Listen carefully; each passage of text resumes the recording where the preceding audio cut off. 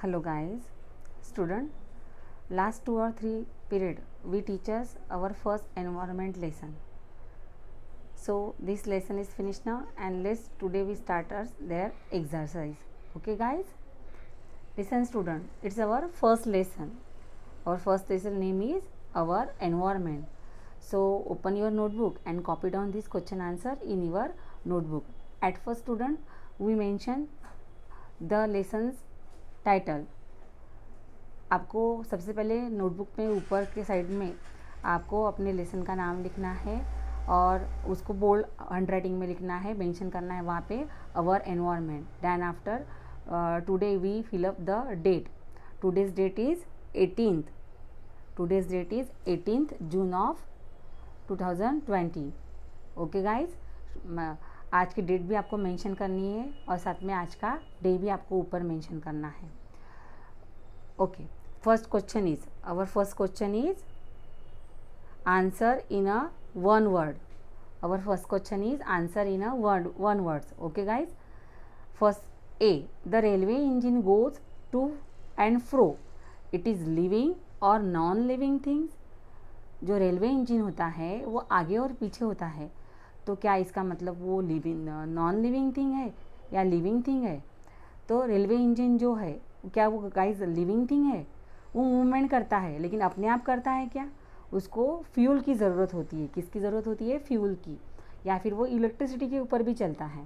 इसीलिए railway engine जो है वो लिविंग थिंग नहीं है, वो नॉन लिविंग थिंग. तो यहाँ पे आपका आंसर होना चाहिए non living thing. Okay, railway engine is a non living things. यहाँ पे पीछे जो है वो यस नहीं है, थिंग्स की स्पेलिंग THING बस इतनी ही है. Okay guys. Okay, second B question is, क्या है हमारा B question? Wood come from the tree which are a living things. A chair is made from the wood. Now is the chair living और non living thing? देखिए guys, question क्या पूछा है आपको student? Wood come from the trees. Wood जो है वो tree से मिलता है. Which are the living thing. Chair is a made from the would. हमारे घर की जो चेयर होती है वो इसी वुड से रेडी बनती है, इसी वुड से मेड होती है. तो चेयर जो है वो लिविंग थिंग है क्या? देखिए, चेयर बनाने के लिए जो वुड मिलता है वो ट्री से मिलता है, और ट्री जो है वो लिविंग थिंग है. लेकिन चेयर बनाने के लिए जो वुड मिलता है वो जो है वुड जो है वो रॉ मटेरियल है, और that's why the chair is a non living thing. इसीलिए चेयर का जो आंसर है वो नॉन लिविंग थिंग है. Okay, C questions. Name 3 birds you can see. Name 3 birds you can see in your surrounding. आपके आसपास में कौन कौन से बर्ड आपको दिखते हैं वो आपको मेंशन करना है. Parrots, crow and sparrow. ये मैंने मेरे हिसाब से लिखे हैं. आप इसके अंदर अदर वेराइटीज़ भी लिख सकते हैं. फॉर एग्ज़ाम्पल पिजन लिख सकते हैं, पिकॉक, डो, अदर बर्ड भी आप मेंशन कर सकते हैं. Okay guys. Then after B,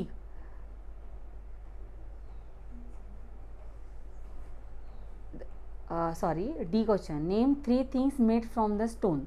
stone से क्या क्या बनता है आपके घर में, आपके आसपास में आपको क्या क्या दिखती है? फर्स्ट मैंने यहाँ पे मेंशन किया है फ्लोर मिल. क्या भी किया हुआ है?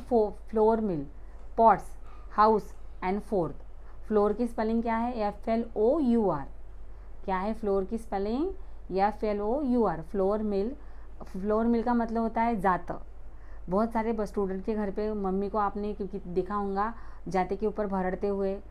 वो फ्लोर मिल जो है वो स्टोन से ही बनी है. पॉट्स होते हैं हमारे घर के बहुत सारे, जिसको हम लोग ओखली या खलबत्ता बोलते हैं. स्टोन से हाउसेस भी बनते हैं. खास करके स्टोन से जो हाउस होता है उसका बेसमेंट जो होता है वो बुल्ड करने का काम जो है हम लोग स्टोन से करते हैं. दैन आफ्टर फोर्थ जो है बड़े बड़े किले जो होते हैं वो भी इस स्टोन से ही मेड होते हैं. हमारा सेकंड क्वेश्चन है से ट्रू और फॉल्स. ट्रू का मतलब है राइट और फॉल्स का मतलब है गलत. अब ये जो सेंटेंस है ये ट्रू है कि फॉल्स है ये आपको बताना है. The seeds of the some plants are scattered by the wind. देखिए, सीड का मतलब है बीज, प्लांट का मतलब है ट्री, और स्कैटर्ड का मतलब है बिखुरने, इधर से उधर जाना, और विंड का मतलब है हवा. The seeds of the some plants are scattered by the wind. कुछ प्लांट के जो सीड्स होते हैं वो हवा की वजह से स्कैटर्ड एक जगह से दूसरी जगह जाते हैं, ट्रांसफ़र होते हैं। मैंने लेसन में एक्सप्लेन करते ही बोला है, बहुत सारे प्लांट्स ऐसे हैं जिनके सीड जो है वो विंड के ज़रिए ही स्कैटर्ड होते हैं, तो इसीलिए इसका आंसर क्या है, ट्रू है। ओके, सेकंड बी नंबर का क्या बताया है सेंटेंस आपको, plants are non living thing. Plant जो है वो नॉन लिविंग थिंग है, प्लांट्स नॉन लिविंग थिंग है। Absolutely right, plants is a living thing, इसीलिए ये सेंटेंस जो है ये रॉन्ग है, तो इसीलिए हम लोग यहाँ पे क्या मेंशन करेंगे, फॉल्स मेंशन करेंगे। Okay, next C, sparrows grow by eating insect and food grain. Sparrow का मतलब होती है चिड़िया। चिड़िया जो है वो क्या खाती है, चिड़िया इंसेक्ट खाती है, फूड ग्रेन खाते हैं, मतलब चिड़िया जो है वो छोटे छोटे जो वॉर्म्स होते हैं उनको खाते हैं, इंसेक्ट खाते हैं, जो खेत में अनाज होता है उसके ग्रेन्स जो है उसको वो अपने बिक्स में पकड़ के वो ईट करती है। तो ये सेंटेंस एब्सोल्युटली राइट है, इसीलिए यहाँ पे हमने मेंशन किया है ट्रू। ओके, देन आफ्टर हमारा थर्ड क्वेश्चन है, व्हाट इज़ द सॉल्यूशंस। देखिए ये सॉल्यूशन बेस्ड जो क्वेश्चंस है ये ओपन माइंडेड क्वेश्चन है, इसको आप आपके लैंग्वेज में भी कन्वर्ट कर सकते हैं। यहाँ पे मैंने सॉल्व करके बताया गया है, जैसे कि for example, there are a lot of unused pages in the last year notebook, they must not get wasted. देखिए लास्ट ईयर की जो नोटबुक है, जैसे आप सेकंड स्टैंडर्ड में थे तो सेकंड स्टैंडर्ड में आपके बहुत सारे नोटबुक बचे होंगे, तो उसमें से आधे भरे हुए आधे पूरे एम्प्टी है, तो आप जो आधे एम्प्टी है आप उसको वैसे ही थ्रो कर देंगे क्या, आप उसका यूज़ नहीं करेंगे क्या, बिल्कुल भी नहीं। आप उसको ऐसा बिल्कुल भी नहीं करेंगे, आप उसको रीयूज़ कर सकते हैं। तो वो किस तरह से रीयूज़ कर सकते हैं, तो सबसे पहले आप क्या करेंगे, वो जितने भी नोटबुक्स है जो जिसकी जितने भी पेजेस एम्प्टी है, आप सभी पेजेस को सबसे पहले कलेक्ट करेंगे। ओके, सबसे पहले कलेक्ट करेंगे और देन आफ्टर आप सभी पेजेस को ज्वाइन करके कलेक्ट करके आप उससे, अगर ज़्यादा क्वांटिटी में आपके पेज है तो आप उसको 2 या 3 नोटबुक में आप उसको बनाने के लिए आप डाल देंगे, और ये जो 3 या 2 नोटबुक आपकी बनी है यही नोटबुक आप वापस उसको रीयूज़ कर सकते हैं। तो इसलिए आपका आंसर क्या आएगा, we collect all the wastage pages and then make 2 or 3 new notebook and use it. आप जितने भी नोटबुक के वेस्टेज पेज है उसको कलेक्ट करेंगे और उससे 2 या 3 नोटबुक बनाकर आप उसको वापस रीयूज़ करेंगे। समझ में आया स्टूडेंट आपको इतनी असेसमेंट आपकी आज की।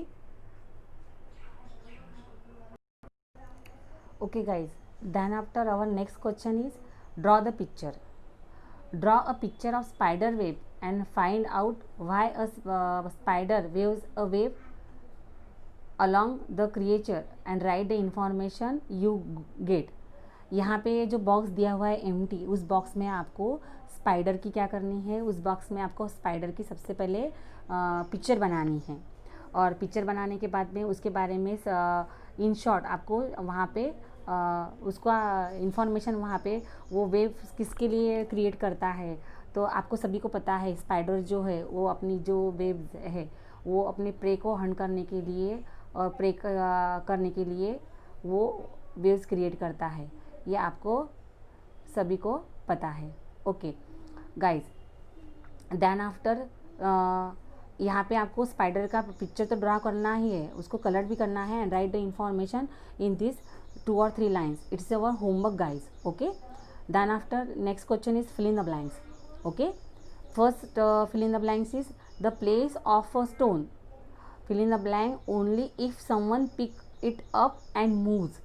देखिए स्टोन जो है वो अपनी जगह कब चेंज करेगा, जब हम लोग उसको चेंज करेंगे अपने हाथ की, because stone is a non living thing, that's why they cannot move in your own self. Okay, तो यहाँ पे फिल इन द ब्लैंक्स में उसका आंसर क्या आएगा, चेंज।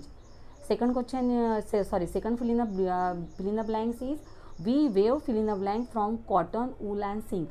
हम लोग कॉटन वूल एंड सिल्क से क्या बनाते हैं, तो हम लोग कॉटन वूल एंड सिल्क से क्लॉथ बनाते हैं। जैसे for example today's I am wearing sari, sari is also made by the cotton, you wear the shirts, girls wearing the frocks, other ornaments and other treasures and other cloths are made by the some different type of the cotton, wool and silk. C. Leaves, fill in the blanks, trees that to rot and get mixed with the soil.